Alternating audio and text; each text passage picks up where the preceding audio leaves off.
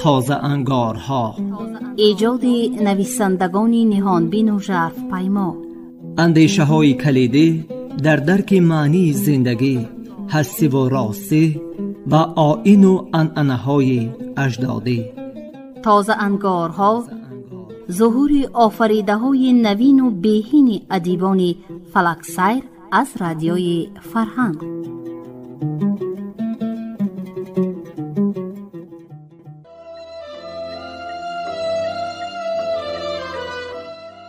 شنوندگان عزیز، علاقمندان گفتارهای ادبی رادیوی فرهنگ، حالا از سلسله گفتار تازه انگارها از خوان ایجادی نویسنده نامدار تاجیک بهمنیار از کتاب سرمده حکایه های دلپذیری را در قرائت نامزد علمهای فیلولوژی عبدالجلیل امان به سمعتان میرسانیم. نه، اول از من گمانبر می شدن همه در ده می داند که من و او به همدیگر دندان داریم.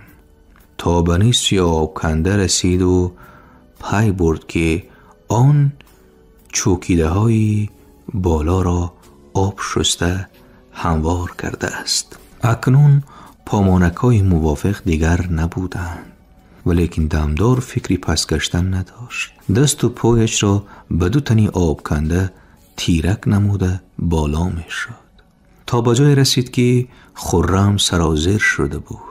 بناگاه به دمدار چنین نمود که بالای جر خرم ایستاده است و به او می نگرد. این را وی حس می کرد، اما اثر برداشته نگریستن می ترسید.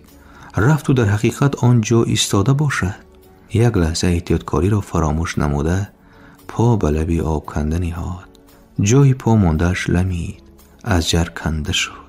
فریادی جانخراش به اطراف پهن گشت و به آن نوله ترسامیزی سگ همراه شد و آن زوزه سگی دمدار بود که با خط پای او از ده آمده بود. آن روز هوا سرد بود، خیلی سرد. خالی دیوزو. از روزگار خالی دیوروز تنها خاطرات و یادداشت باقی مانده است. طبیعی است که یکی با آن چیزی زم کرده است، دیگری کم. خواننده حکایت مرا واهمه و مبالغه خالدار چیل دروغ نپندارد. هرچی قابل قبول است برادر، هرچی نامقبول بگذارد. پهلوان سرمده، خالی دیوزور، چون شیر میدان، غول کوهستان، پلنگ سرمددره، خرسی بیشه لقبها داشت. وی با اسکن ناخن پایش را می گرفت، با داس ریش می تراشید، با سیخمال تخت پشتش را می خارید، با شاخه سرشانه می کرد، با جوالدوز آبیله های دستش را می کفاند. یک کرسان چنگالی خوراک یک نهارش بود.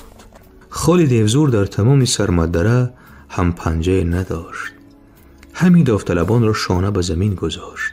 داوطلبی دیگری پیدا نشد و پیدا شدنش نیز امید نبود، زیرا آخرین گوشته وی با پهلوان ده همسایه ببرک لولی وی را برای موی جینگله و پوستی سبزینش چنین می گفتند. ثابت کرد که چنین پهلوانان به مثل خالی دیوزور در 100 سال یک بار به دنیا می آیند. این گوشتی که تفصیلاتش بعد با مبالغه و علاوه ها در سرتاسری در پهن گشت چنین صورت گرفت. ببرک لولی چپاندازی به همتای سرمددره بود.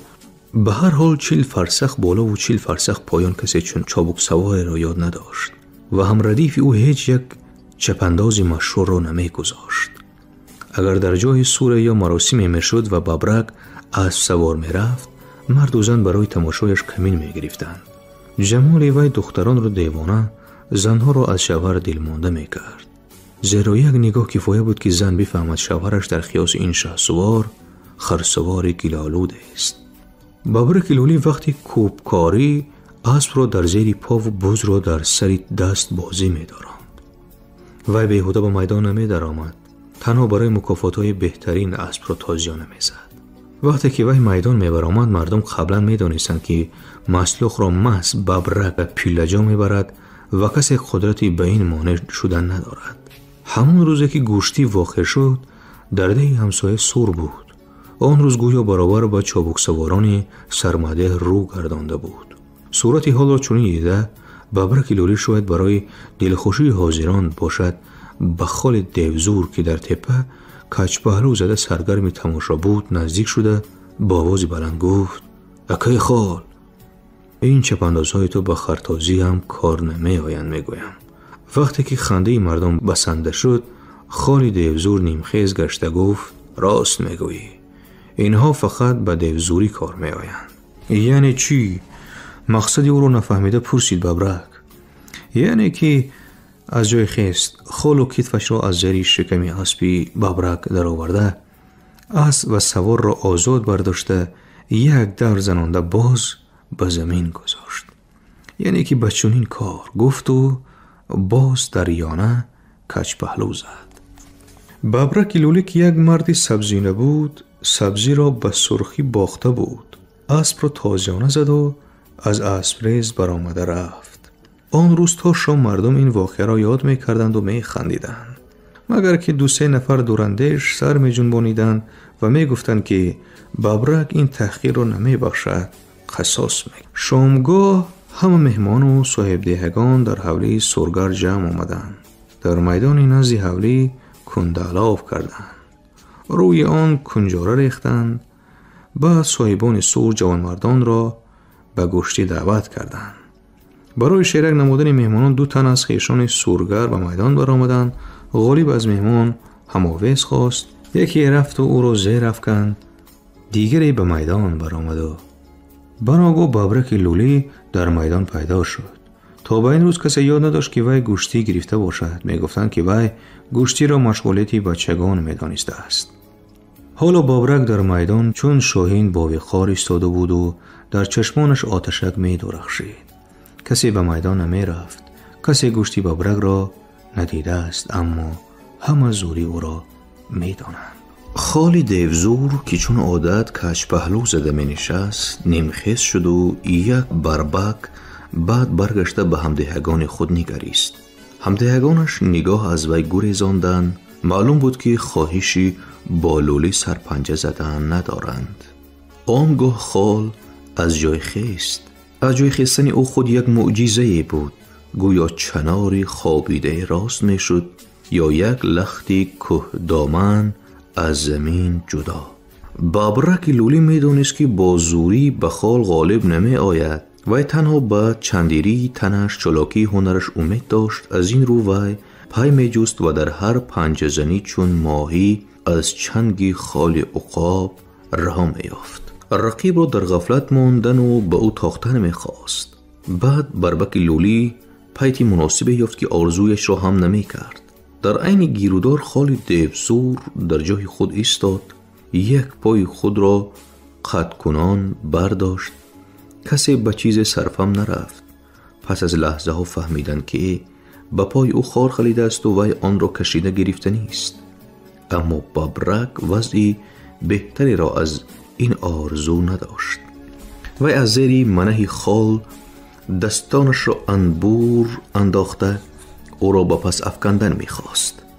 اما خال یک پایه چون چنار گویا از زمین رویده بود که نمی جنبید. وی بی پروا با یک دست انبوری دستی ببرک را داشته، با دست دیگر خار را از پایش کنده، بعد قفسین گلویش را کشاده حریفش را آهسته برداشته به زمین زد.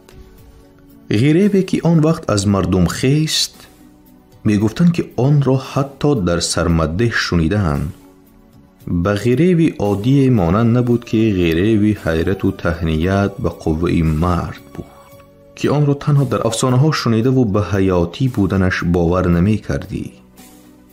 از میدان غیب زدنی ببرک لولی را کسی پی نبود و آن وقت به غیب زدن او کسی را کار نبود. بعد در 2 ده آواز افتاد که وی این که پاره به من حرام گویان گوجای سری خود و اسب خود را گرفته رفته است. خال دیوزور پس از گوشتی با ببرک لولی خاصه پس از شنیدنی غیبت او پیش خود اقرار میکرد که بابک را به این درجه رنجانیدنی نبود. کمی باد اسم او را پست کردنی شد. انا همین طور مردی بود خال دیوزور کار را میکرد و بعد افسوس میخورد، سخت افسوس میخورد. چونون افسوس میخورد که تبر را گرفته بورسی غفصترینی دره کتکیستان را بریدنی میرفت. وی در دره کتکیستان به تنی بورس تبر میزد و گوپی ضربه تبرش تا به ده میرسید و مردم ده میدانستند که 2-3 ساعت پس خال 10-15 خر هیزم سرچین میکند و نیازمندان هیزم مرکب ها را آماده کرده عازم کتکیستان می شدند.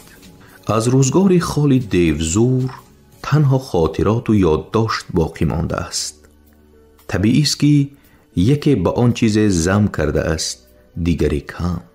خواننده حکایت ما را واهمه و مبالغه خالدار چیلدرو نمی پندارد.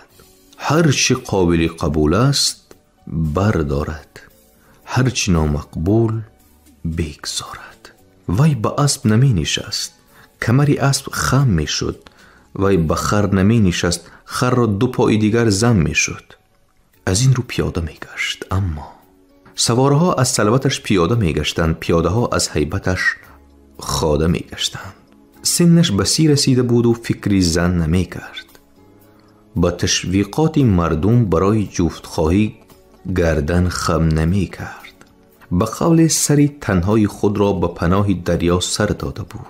اما بعد واقعه رخ داد و در ده کسی نمی دانست چی واقعه. خال هر روز تبر گرفته به دره کتکیستان می رفتگی شد. در ده شخصی به هیزم نماند. بعضی ها حتی برای 2-3 سال ذخیره کردند، لیکن این خال دیوزور همانا بورس می برید و غرم می کرد. مردم را وهم گرفت. جنگل را نابود می کند می گفتن آنها. قیر می کند 1 تا نمانده بورس ها را. نداد در دادن آنها. های چشم رسید مگر؟ می پرسیدن پیرزن ها. خال دیگر بده هم نمی فرامد. سر مردم را بانگی خروس نه بلکه گوپ گوپی تبری خال از خواب بیدار می کرد. کمپیرکانی ده 1000 اسپند و خسی چاره ها دود می دادند. ملای چشم بند بخاری زاده که از قوت دم و صفش پوستک های کفشان قائم گشته به هم در می افتادند بودند. شخصانی که این معجزه را دیدند به آب کوزه دم انداخته فرستاد تا خال بنوشد و آرامش بگیرد. اما دودی اسپند و آب مرزکا به خال دیوزور کارگر نمی شد. وی همی گفت و به تنی بورس تبر می زد. قیر می کند بدبخت جنگل را. خطابیدن مردم و بپا خیستند. وکالت از چند مردی با آبرو سرجم ساختند و به نزد خال فرستادند. خال به پند و فندی وکیلها گردن ننهاد. آنها را با چنین سخنها اگر نبرم دلم می کفد، اگر نبرم می میرم جواب داد. خال دیوزور عاشق شده است. این فکر در سر کی و کی پیدا شد کسی نمی دانست و این مهم نبود. وقتی که از این گپ در دیه خبر یافتند همه آهی سبوک کشیدند. پیش از وقت کشیدند، زیرا دلبرده او را کسی نمی دانست. زیرا همین دوشیزه های دیه را یک یک نام بردند و خال به این کار سر جنبانید. ترسان و لرزان 2-3 بیوی خوشچهره را نیز نام گرفتند. باز همان احوال. بالاخره به نام بردن دختران قدرس دیه همسایه پرداختند. وقتی که خواهر ببرک لولی را نام گرفتند، پهلوان سرمده شیری میدان غول کوهستان، پلنگ سرمدره خرسی بیشه یعنی خال دیوزور سرخم کرد. های بنامت مرم فلک. باز یک وکالت دیگر تشکیل کردند. بده همسایه رفتند و اولین کسی که دیدند ببرک لولی غیب زده بود. وی 2-3 روز پیش بده برگشته بود. خواستگارها گمان کردند که ببرک آنها را از آستانه درون نمی ماند. اما وی بهر حرمت آنها دستی ادب به سینه پیش آمد و در ضیافت نیز تقصیر نکرد. میان روا نمی دانستند سخن را چون آغازند. به همدیگر می نگریستند و با ببرک. نهایت یکی از آنها جرأت نمود و چون این گفت: یادبودی رفتگان نیکی ایشان است. ببرک جان، چه داروهایی که خوردند و رفتند از آنها نه نام موند نه نشان. چه دهن کلانهایی که دیدیم غیر از دهان گور یادگار نگذاشتند. خلق یاد میکند بهرام را که پول ساخت روی کفگرود یاد میکند شادمان را که آبجوا ساخت برای دوده. خلق یاد میکند یزدان را که سالی قحطی به مردم نان داد و نمک. ده ما ببرک جان افتخار از خال دارد، ده شما از تو. القصه خش شدنی تو و او خش شدنی دو ده است. ببرک لولی مدت مویلبش را مالیده خاموش بود. بعد سر از گریبان اندیشه برداشت و گفت من راضیم به شرط خودی خال به نزدم آید. بین خال و ببرک چی گفت و گذاری شد کسی نمیدانست. خودی خال در این بابت حرف نمی کشاد، به سؤال مردم جواب نمی داد. وی از نزد ببرک برگشت و باز جنگل را آرام نگذاشت. دو چندانی پیشین به درخت کوبی پرداخت. قر می کند بدبخت جنگل را. باز گبگوبی تبری او بامدادان مردم را چون خروسبانگ از خواب بیدار می کرد. اگر نبرم دلم می کفد، اگر نبرم می میرم. در سرمده سور برپا شد. باز کنده علاف کردند. صاحب دهگان به میدان برآمده از مهمانان حریف خواستند. باز وقتی تفسی گوشتی ببرک لولی در میدان شد. جویای هماویز بود. باز کسی به میدان نرفت. باز وی آواز داد که کجایند خال دیوزورهای تو. باز خال دیوزور که چون عادت کج پهلو زده می نشست نیم خیز شده به همدهگان خود نگریست. باز همدهگانش نگاه از وی گریزاندند. آنگاه خال از جای خسته به میدان برآمد. حاضران چنین چابکی را از لولی و چنین بی‌حوصلگی را از خال چشمدار نبودند. خال دو بار لولی را به چنگ آورد. دو بار هم لولی آسان از چنگ او رها شد. دو بار لولی چونان خال را در غفلت گرفت که کدام از بینندگان را دهشت. خال بیدار شد. بلند شدن این فریاد همان بود و پیت یافتن دست از زیر منه خال در آوردن او را به زمین افکندنی ببرک همان. حاضران لحظه گرنگ ماندند. فریب داد زد کسی حلال حلال شادمانی میکردن همدهگان ببرک لولی. پس از یک هفته این گوشتی خال خواهر ببرک را نکاح کرده آورد. دیگر کسی گوشتی او را ندید. دیگر کسی او را پهلوان نمی نامید. بعد آنها پسردار شدند و نامش را شیر ماندند. ها همین شیرک خال امروزه که از تاریکی اینقدر می ترسد و به حاجت خانه شبانه همراه زنش می رود پسری همان خال دیوزور است. از گردشت گردم فلک. فرشتما. قصه عشق فرشتما یکی از قصه های مرغوب ترین و پرشورترین بابای بهرام می باشد و عجیب است که وی این قصه را هر که بخواهد در کجای بخواهد حکایت نمی کند. اگر شما اتفاقا مهمان سرمدهیان گردید خواهش شنیدن این قصه را داشته باشید. مهمانی بابای بهرام شوید و زینهار تا فرا رسیدن شب از این باره سخن ناغازید. شکیبا باشید، تحمل کنید. شامگاهان که صاحب خانه پلاس روی بام گسترده شما را آب و ضیافت داده دسترخوان را غون داشت سپس چای کبودی خوشبوی می آرد. سرمدهیان از نباتات شفایی چای کردن را خوش دارند. آنگاه می توانید به هیچ خوف از سرگذشت فرشتما جویا شوید. صاحب خانه به فرجه یک پیاله چای را به نزد شما پیاله دیگر را به نزد خود می گذارد. پس آن کلاهش را از سر گرفته پهلوی پیاله می گذارد. بعد برای کرپچه کج پهلو زده به بالشای پختگی تکیه آورده از شما نیز عیناً همین چیز را خواهش می کند.